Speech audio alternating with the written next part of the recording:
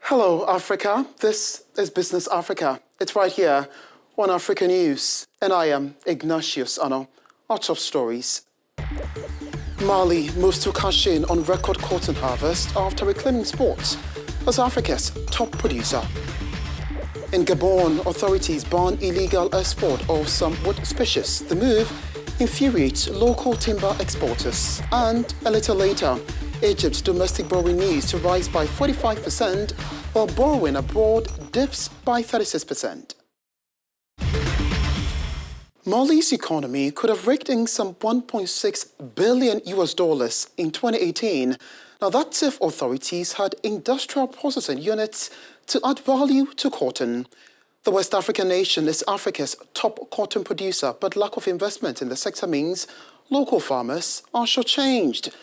Mali had a record 700,000 tons of cotton crop harvest during its last season. Thus, the Association of African Cotton Growers is making a passionate appeal to leaders to boost processing of the crop. Mali is faced with the challenge of locally processing its cotton. After regaining its spot as Africa's leading producer of white gold during the 2017-2018 season with 728,000 tons, the West African country wishes to move from exporting raw cotton to exporting products with greater added value such as fabric. Barely 2 to 3% of national production is processed on site. I'm committed to processing it here and not exporting it in raw form. There are techniques, a certain craftsmanship. It's a real social, cultural and heritage issue. It's unfortunate that these things are not valued. According to experts, finished products from local companies have difficulty competing with those from Europe or the United States because of the high subsidies that these countries grant to their cotton producers. It is thought to be a large market, but is flooded by cheaper textile imports. This greatly hinders the company's activities. Mali is one of 22 countries that grow 100% organic cotton. According to experts, if the country had industrial processing units, the sector would have brought an additional $1.6 billion to the Malian economy in 2018. Now, Africa has 1.2 billion people with $2.3 trillion.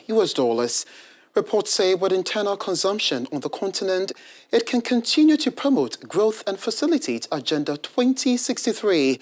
Mali, Niger, Chad, Nigeria and Burkina Faso are amongst Africa's cotton producers. The continent grows less than 10% of global cotton harvests. So, is the wake-up call on African leaders to begin value addition to raw materials not long overdue? Vera Songbring is the Executive Secretary for the United Nations Economic Commission for Africa. The team caught up with Vera during her official visit to Cameroon recently. We first inquired about the need for greater continental economic integration in a highly competitive world. With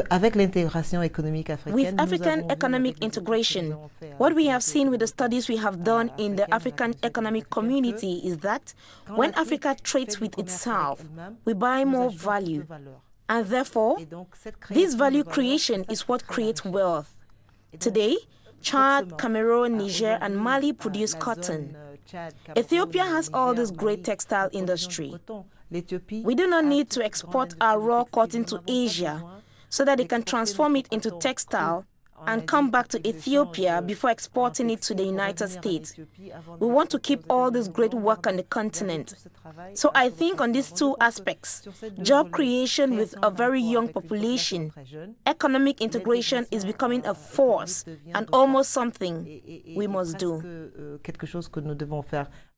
Vera also responded to concerns about tax collection on the continent and how this impacts economic development, with fears that taxes being collected do not reflect in social infrastructure. Take a listen. Today, we have made some estimates at the Economic Commission for Africa which shows us that Africa needs about $680 billion to achieve the objectives of the Millennium Development Goals in 2030. We have three possibilities.